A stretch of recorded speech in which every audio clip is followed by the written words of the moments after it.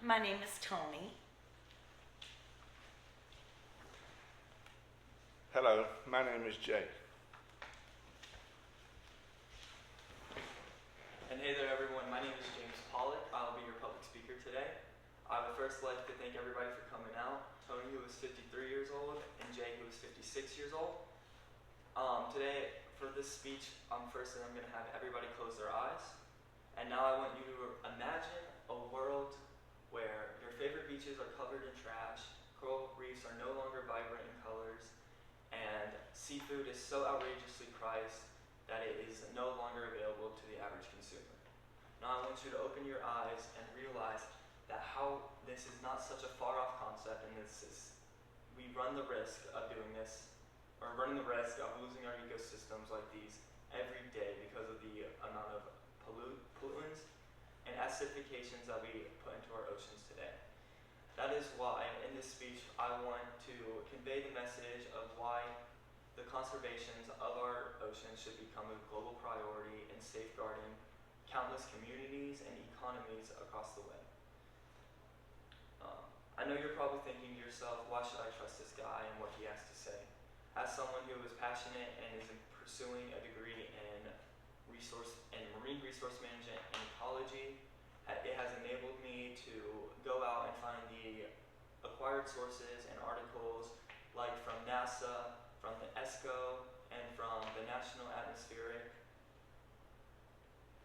and National Oceanic and Atmospheric Administration, NOAA, as sources to help me relay this information of why our oceans should be such a globally protective source. As we dive deeper into our oceans and their environmental importance on what they have and their holds on countless economies, we will also be discovering how conservation efforts that are being made can help protect and ensure these ecosystems' futures for generations to come.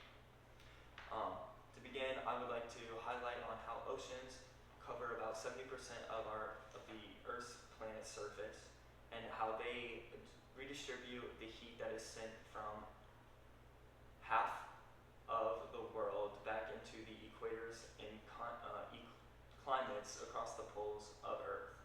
This enables, and according to NASA, plays a crucial role in how many coastal economies and inland communities have been affected by the intensified hurricanes and the increasing heat deposits from these last coming years. Not only this, but oceans also derive of many different niche ecosystems and organisms that surround them that are very productive and hold vital information to what medicines and the type of understandings that we have on our oceans today.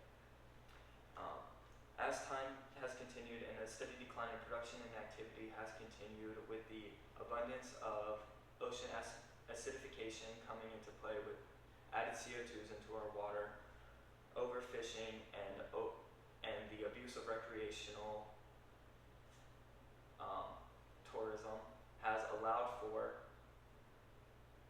the environmental stress to become overbearing for many of these marine ecosystems and organisms that inhabit them, such as coral reefs that are undergoing coral bleaching as every day due to the upcoming stress and are slowly losing thousands of organisms and the productivity that they hold into our oceans.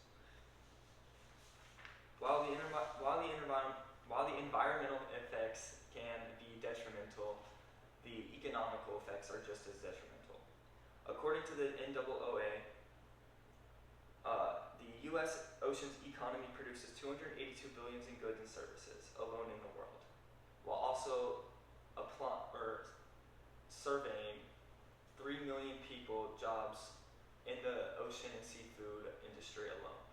Without these jobs, many people would go without any source of income and have little to no way to survive in our today's society. And as we continue to see the degradation of our oceans through the extensive warming and the sea levels rising, we are seeing a massive industry continuing to go belly under as they cannot provide work or the resources that our oceans no longer carry for them. But if we can continue to promote conservation efforts that provide support and protection to our oceans ecosystems and their environments, we can ensure that we boost our coastal and global economies without hurting the productivity of our ecosystems to come.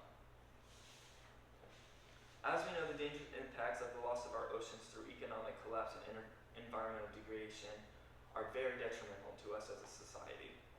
But not just that, but how the health of our oceans also affect us as humans.